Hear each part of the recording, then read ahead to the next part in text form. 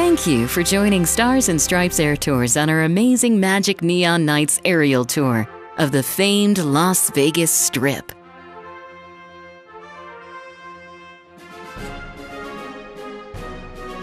Celebrated in songs, movies, and unpopular TV shows, Sin City has always held a fascination for people from all over the world.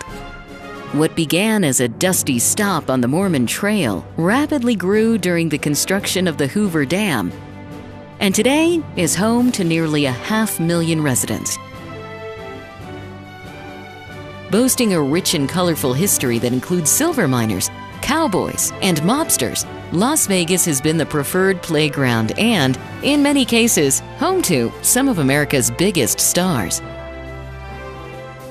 Just a few interesting facts about this gambling mecca. The Strip is just 3 miles long, welcoming more than 36 million visitors a year. There are more than 300 weddings performed daily. Once known as the One-Armed Bandit, the nearly 200,000 slot machines in Vegas have gone high-tech. So, sit back and relax as Stars and Stripes Air Tours brings you a premier view of one of the most exciting cities in the world, Las Vegas. As we lift off into the serene desert skies, your pilot will guide the aircraft southward. Our journey beginning just north of the glittering Las Vegas Strip. As we reach our intimately close but safe cruising altitude of 800 feet, you'll begin to glimpse the magnificent array of sparkling, diamond-like lights that have brought fame and notoriety to this once sleepy desert town. As we travel south, you can catch a glimpse of downtown Las Vegas where it all began. Often referred to as Old Las Vegas or Glitter Gulch, this area is steeped in history. As recently as the 1960s, you could still ride your horse up to the storefronts along Fremont Street and tie him to a hitching post.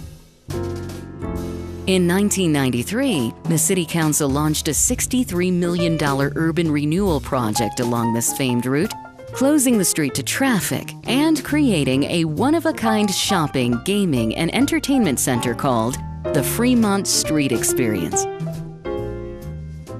Projected on the largest TV screen in the world with more than 1.5 million lights, music video performances come to life nightly. This multi-sensory show includes theatrical effects such as smoke, fog, and robotic lights.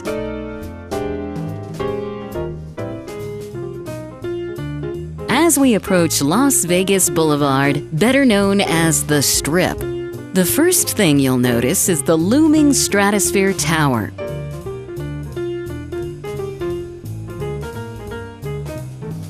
Rising 1,149 feet, it is the tallest observation tower in the United States. Now known best for its gravity-defying rides and dramatic nighttime dining views, the Stratosphere's first incarnation was even more out of this world when it rose from the desert floor back in the early 70s.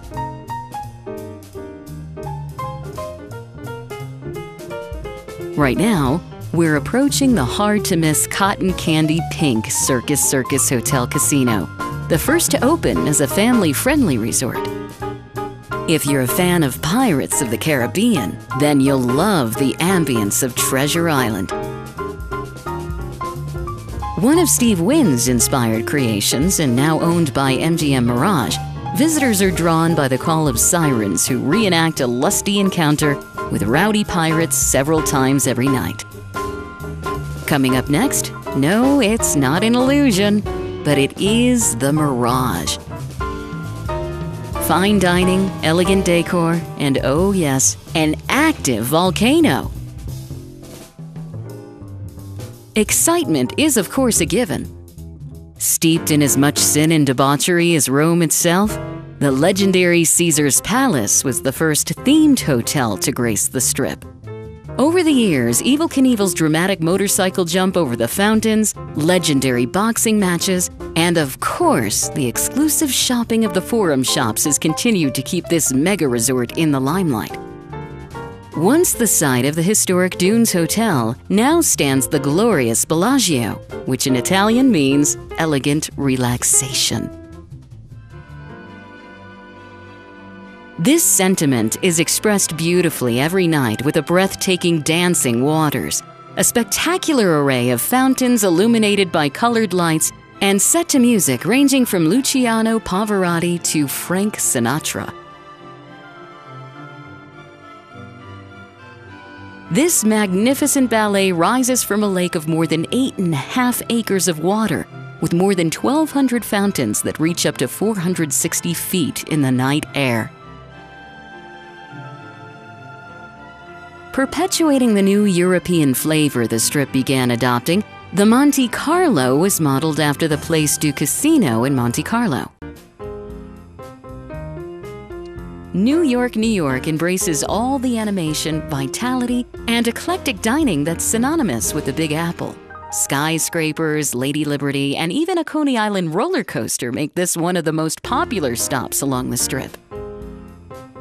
Moving from Times Square to Times Medieval, we slowly begin to make our turn, but as you can see below, the days of chivalry are alive and well at the Excalibur.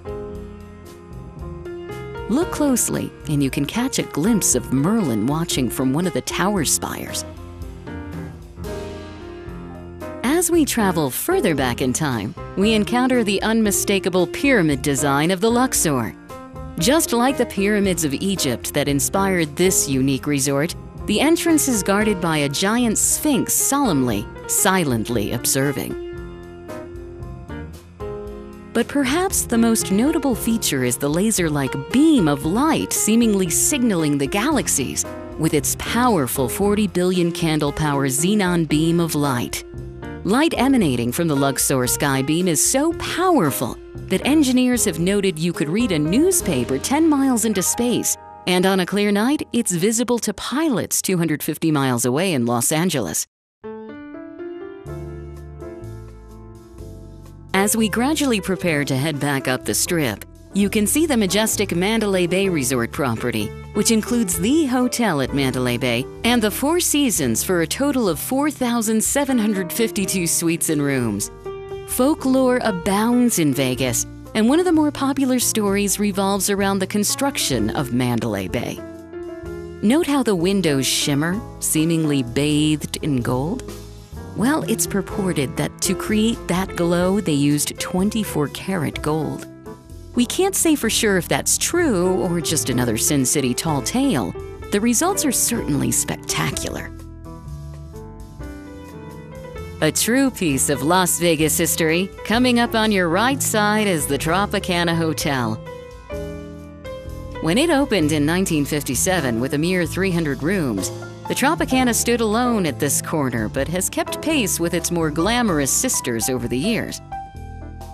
The Tropicana is probably best known for the famed Follies Bergère, which opened on December 24, 1959 under entertainment director Lou Walters, father of news correspondent Barbara Walters, and came direct from Paris to the Tropicana. The show continued to entertain audiences from around the world through March 2009, making it the longest-running Las Vegas revue in history.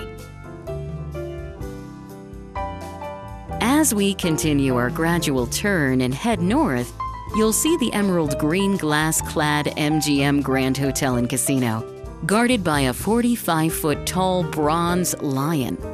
The green, as you might guess, is an overt tribute to the magical Emerald City that Dorothy, Scarecrow, Tin Man, and Lion visited. Next is the house that Fame built. Hip, modern, decidedly dramatic, Planet Hollywood Resort and Casino is considered the new kid on the block, boasting celebrity sightings and an abundance of Hollywood memorabilia. This flamboyant resort was once the Aladdin Hotel, another example of Lady Las Vegas reinventing herself.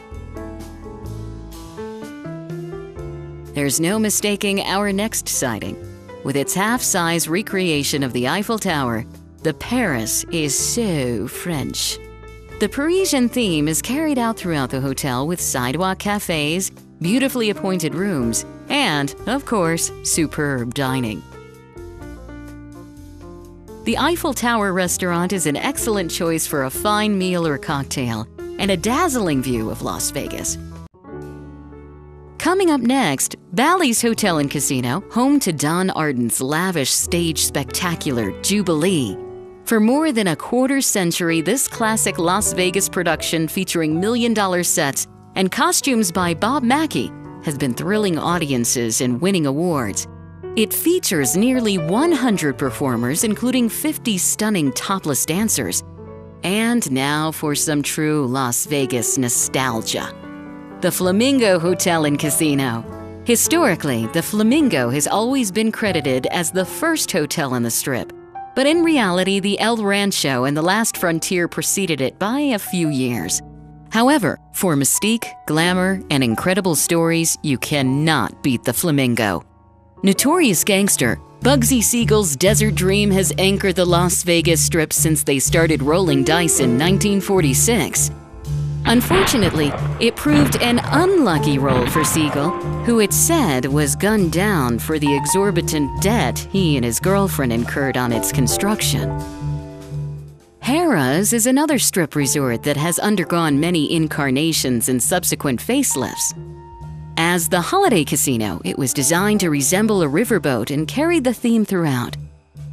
Another resort easy to identify by its distinctive architecture and amenities is the incredible Venetian Hotel and Casino. Whether you opt for a romantic glide down the Grand Canal in an authentic Venetian gondola, a fascinating trip to the world-famous Madame Tussauds Wax Museum, or shopping in the Grand Canal shops, you're sure to have a one-of-a-kind experience with a decidedly Venetian flavor. And coming up next is its sister property, the Palazzo. Both resorts have been honored with the prestigious Mobile 4-Star Awards.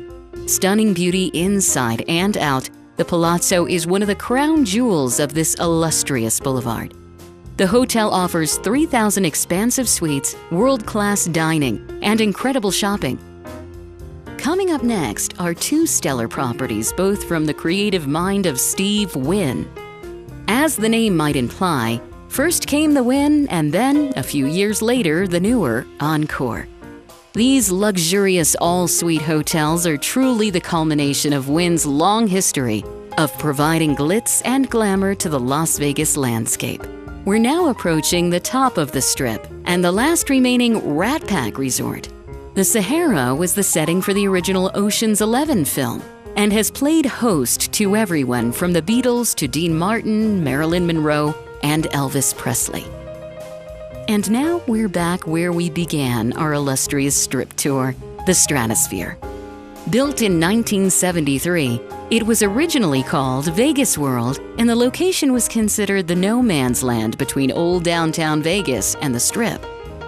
As we glide past the towering Stratosphere and near our terminal, Stars and Stripes Air Tours would like to thank you for joining us on this unique bird's-eye view of one of the world's most exciting and fascinating cities.